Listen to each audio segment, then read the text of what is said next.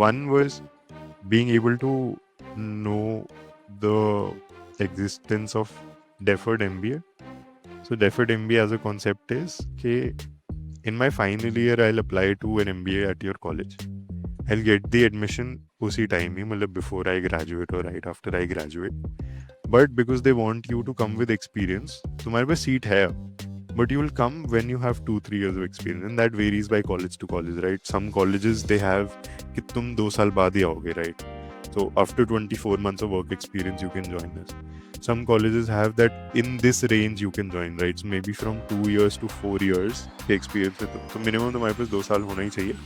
Then you can tell us कि whether you want to join that year or the next year. I think that's that's an amazing thing, especially when you know that you want to go into non-tech, that you plan on doing an MBA later on.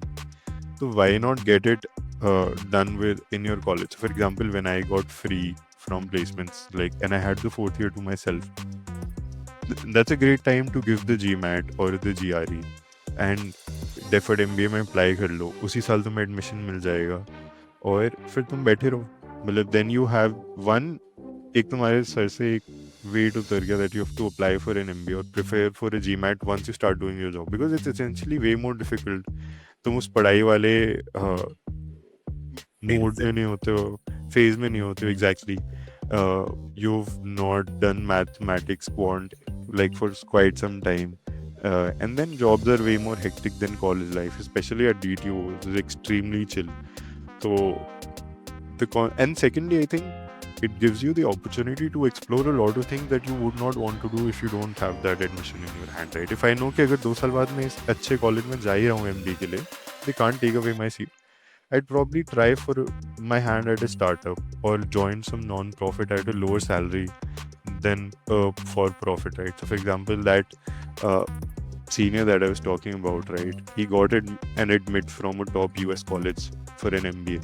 I think I could be wrong, but that shaped his decision to not go with his on-campus Bain placement, and he joined a startup.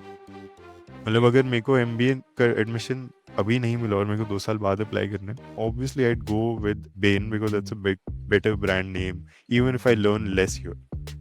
So I think that deferred MBA admission gives a lot of shape to what you are doing.